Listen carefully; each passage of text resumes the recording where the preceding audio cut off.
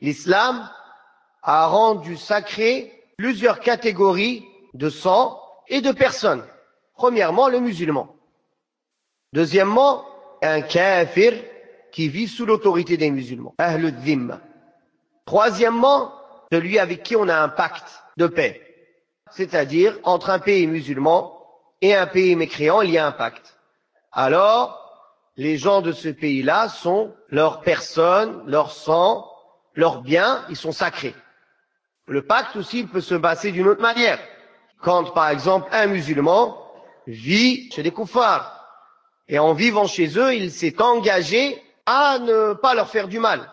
Car quand il a pris la carte de séjour, ou bien un visa, ou quoi que ce soit, ou bien il est né ici et il a eu la nationalité.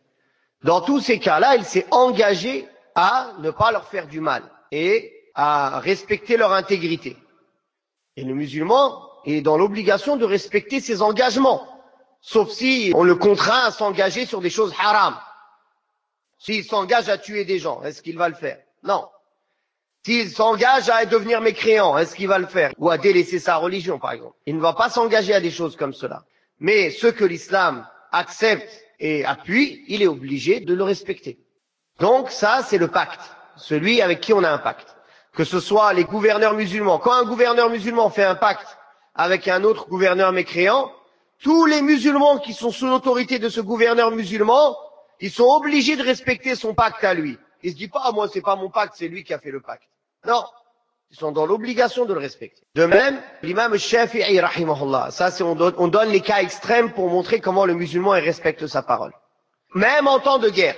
Alors là, on parle même pas en temps de paix. Un musulman est fait prisonnier par des mécréants. Et que ces mécréants, ils prennent de lui l'engagement qu'il ne s'enfuira pas.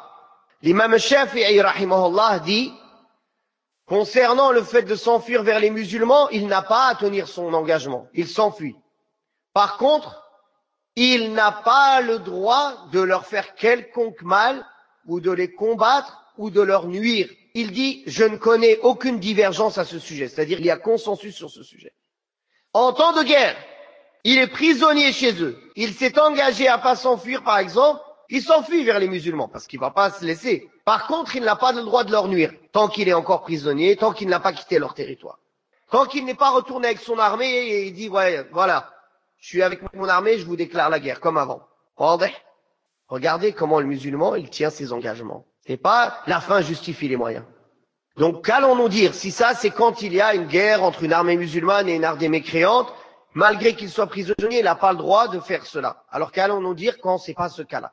Quand il y a un pacte et quand c'est en temps de paix ou quand il y a des engagements et des accords. D'accord? Et le quatrième sang dont la personne et les biens sont sacrés, c'est celui qui a demandé l'aman, la sécurité pour rentrer dans un pays musulman. Il n'est pas dhimmi, il ne vit pas sous l'autorité des musulmans. Il est venu pour une raison, n'importe laquelle.